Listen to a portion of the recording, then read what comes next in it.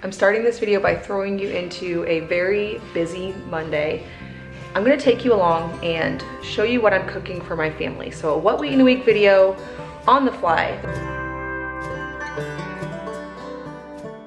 The first thing I'm gonna show you is potato waffles, and I'm not even 100% sure what I'm gonna serve them with. I'm kind of thinking I'm gonna grill pork chops because I have pork chops thawed out in the refrigerator, and I have a whole bunch of pork chops, and I just actually ordered a new hog from my sister, so a whole hog. But what I end up with is a lot of extra pork chops. So this last time I actually had a lot of my pork chops made into sausage, because I know a lot of you are probably like, are you serious? How could you do that?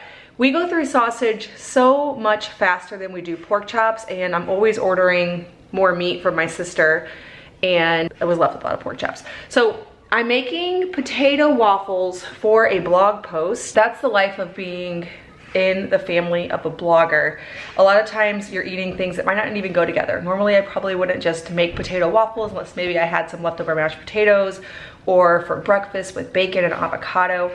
But I'm making them this afternoon during my work time. I'm gonna photograph them, and so I will have them.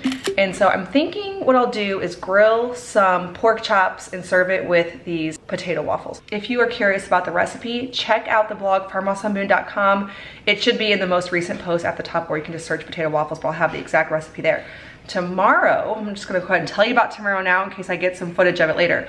We are going to hang out with a couple of families that I met from the internet originally. One was on my podcast, one we've hung out a couple times, so they have a YouTube channel, the Crakies. They're over at the Crakey family here on YouTube. They have 9 children and they're homeschoolers. And then the Metcas have 9 girls. I've never met them before in real life, but I have had Katie on my podcast.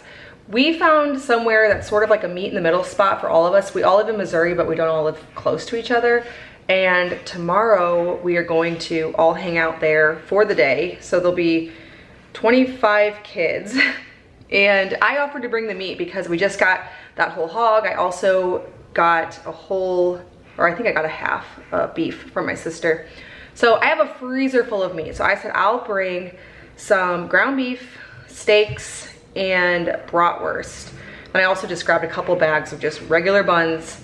It definitely crossed my mind to make sourdough buns, and I was like, no, there is no way I'm gonna have enough time to do all that. So I grabbed some regular buns, some ketchup and mustard. We will cook it on their Blackstone down there. And then Katie and Julie are going to be bringing some sides to go along with that. So we're gonna keep it really simple. I was getting the meat out last night to put in the refrigerator because it needs a couple days to thaw in the fridge. And I had a hard time figuring out how much meat I would need to bring. So I was figuring about 3 people to a package of the burger I have. It's not 1 pound package, it's actually plenty less than that. I basically figured if we have 30 people, half in burger, half in brats, I would do about 3 packs of brats for the brat portion, and then maybe 3 packs of burger and a couple steaks. I'm gonna bring extra because it'd be way worse to run out than to have to bring some home. Looks like I have someone joining me for my work time. A little toddler who's waking up and a loud dryer. So I'm gonna get cooking and take you along with me.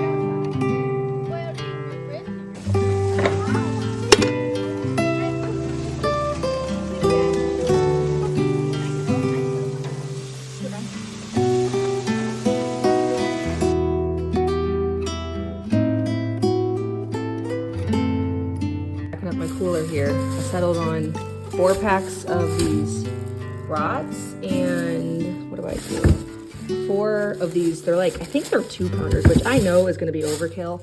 And then some steaks, but I'm gonna put ice in here so we can always bring it back home. And my worst fear in a situation like that is not having enough food, so we're gonna pack plenty.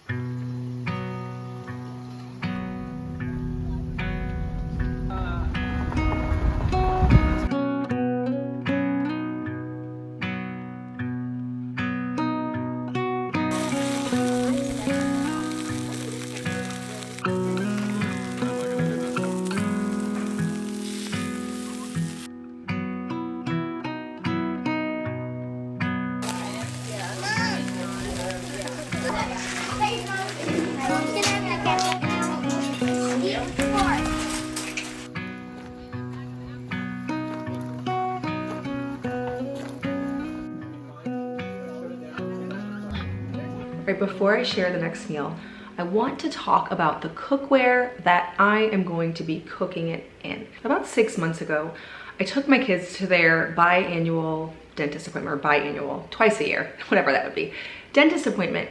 And a few of my kids had some buildup on their teeth that the dentist said was from iron overload. This caused me to look into my beloved cast iron. Now, before you get too upset, I am definitely gonna still be using cast iron. I've still been using cast iron this entire time since then. But I've been digging deeper into the pro-metabolic lifestyle, which is something that I really have already been doing in a lot of ways. More on that on my podcast, Simple Farmhouse Life podcast. And I've done a few more videos here on this channel.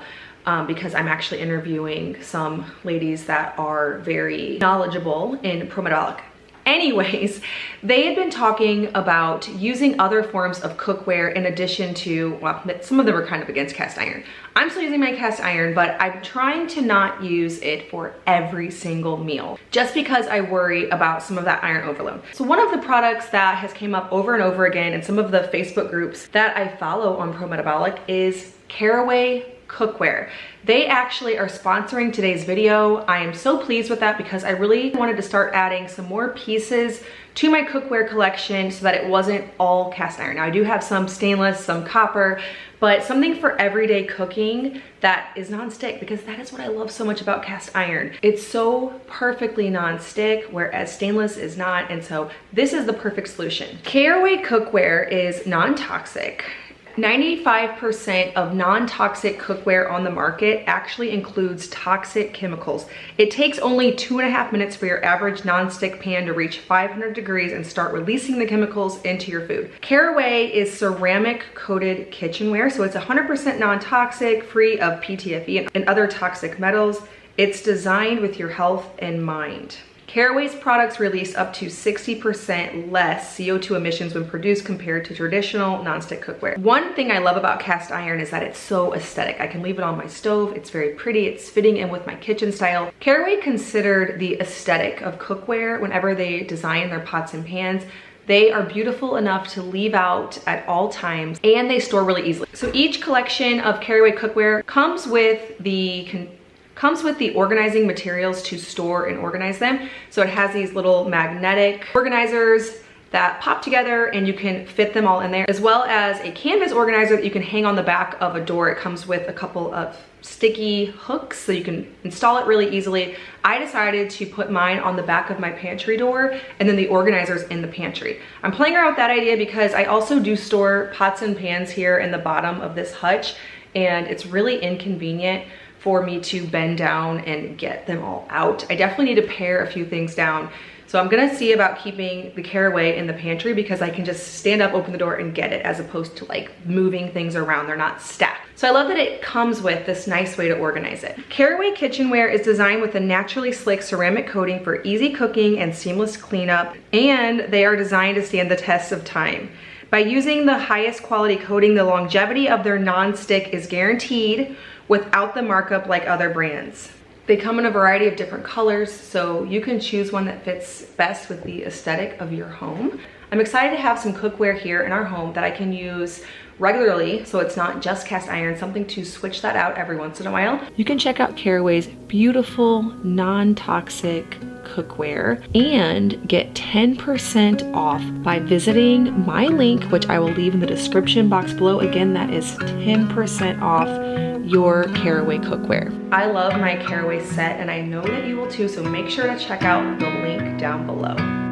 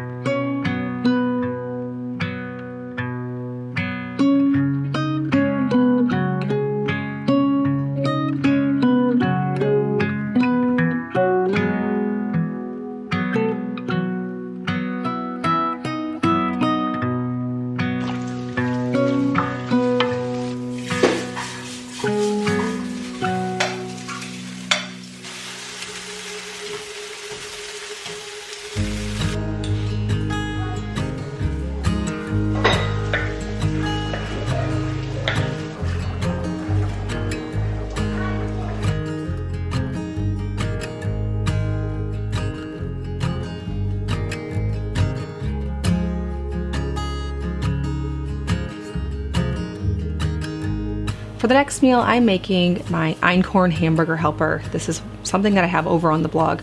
Essentially, I cook my einkorn noodles that I get from Jovial. I add cheese, nutmeg, Dijon mustard, some fresh eggs, some ground beef, and salt, and it makes an easy, creamy meal that the kids love.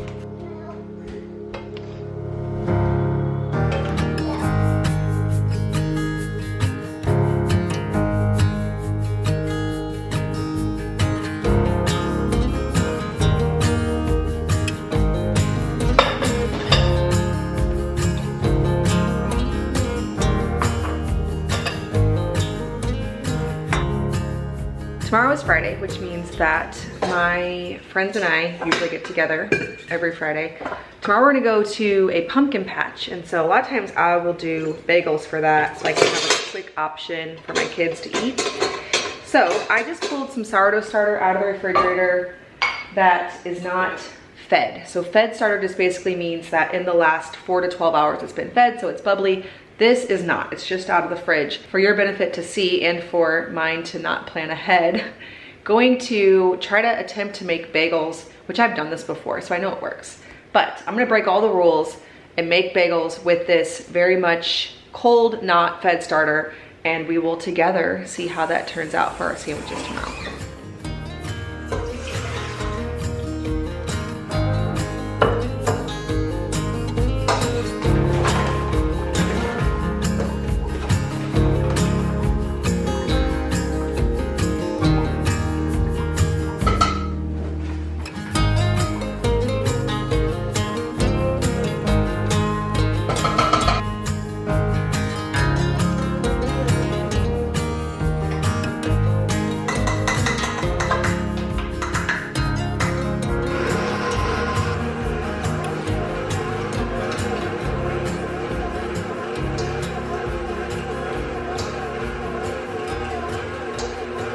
Okay, next day, this dough rose a ton. It's hard to tell, but definitely worked with the discard. So we'll see how they turn out here in the end.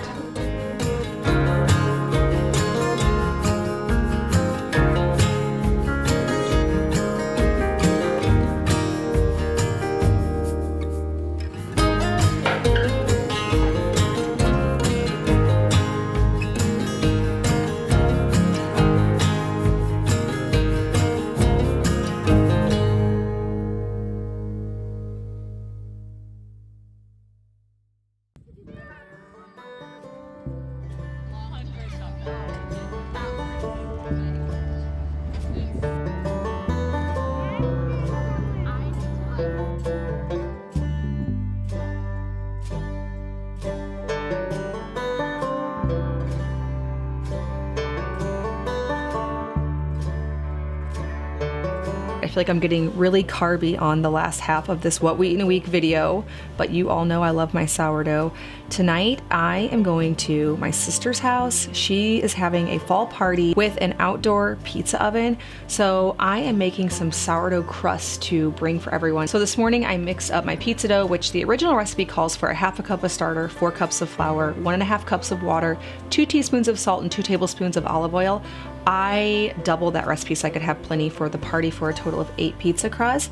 I let that rise all day, then divided it into 8 equal sections and brought the dough to her house. There we topped it with toppings and then put it in the pizza oven for about a minute. I think it was like 900 degrees or something like that. Made the most beautiful, delicious pizza. Right, well, I hope that you enjoyed following along with us on this What We Eat in a Week video. As always, thank you so much for watching. If you're brand new, please hit that subscribe button. I make new videos every week on food from scratch, natural living, and a handmade home.